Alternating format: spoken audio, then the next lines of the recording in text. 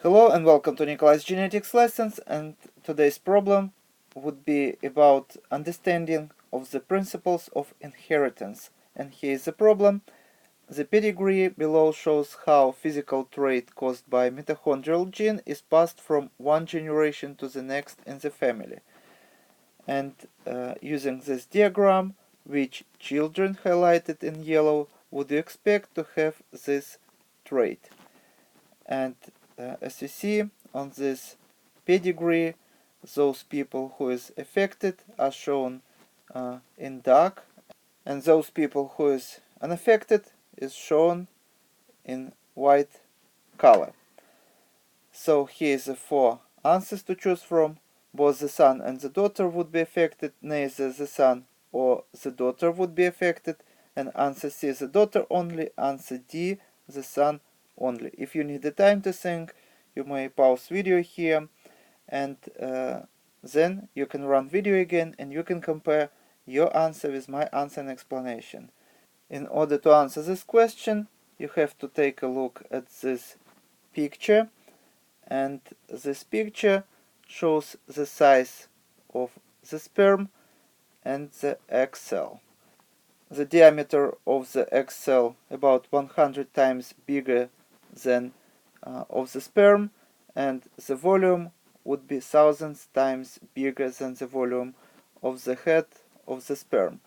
And mitochondria can be found in the sperm, but in very limited quantity, and when the sperm penetrates egg cell, it sheds this part of the sperm where mitochondria is present, and only head of the sperm penetrates egg cell. And even if some mitochondria also would penetrate egg cell, the quantity of the mitochondria from the father side would be absolutely negligible if we compare with amount of mitochondria from the mother side. Mitochondria provides energy for the cells, and there are very few genes in mitochondria, but whenever we would see mutations in those genes, this would lead to neurological or muscle functioning disorder.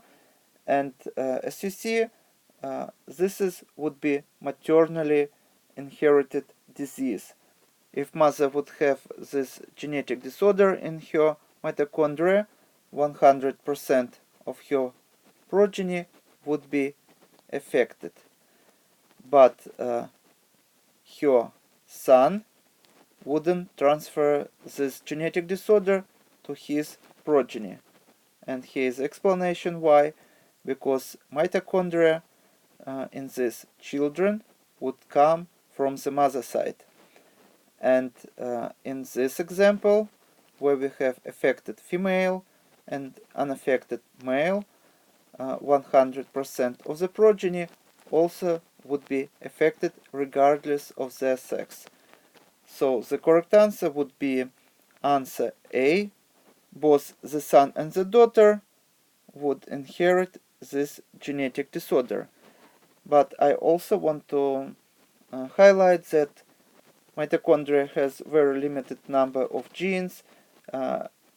These were bacteria ones that were acquired by eukaryotic organisms, and that bacteria lost many of its genes, and those genes were transferred to our own chromosomes. And if in our own chromosomes that control how these genes in mitochondria work would be mutated, and this would lead to abnormal functioning of the genes in mitochondria.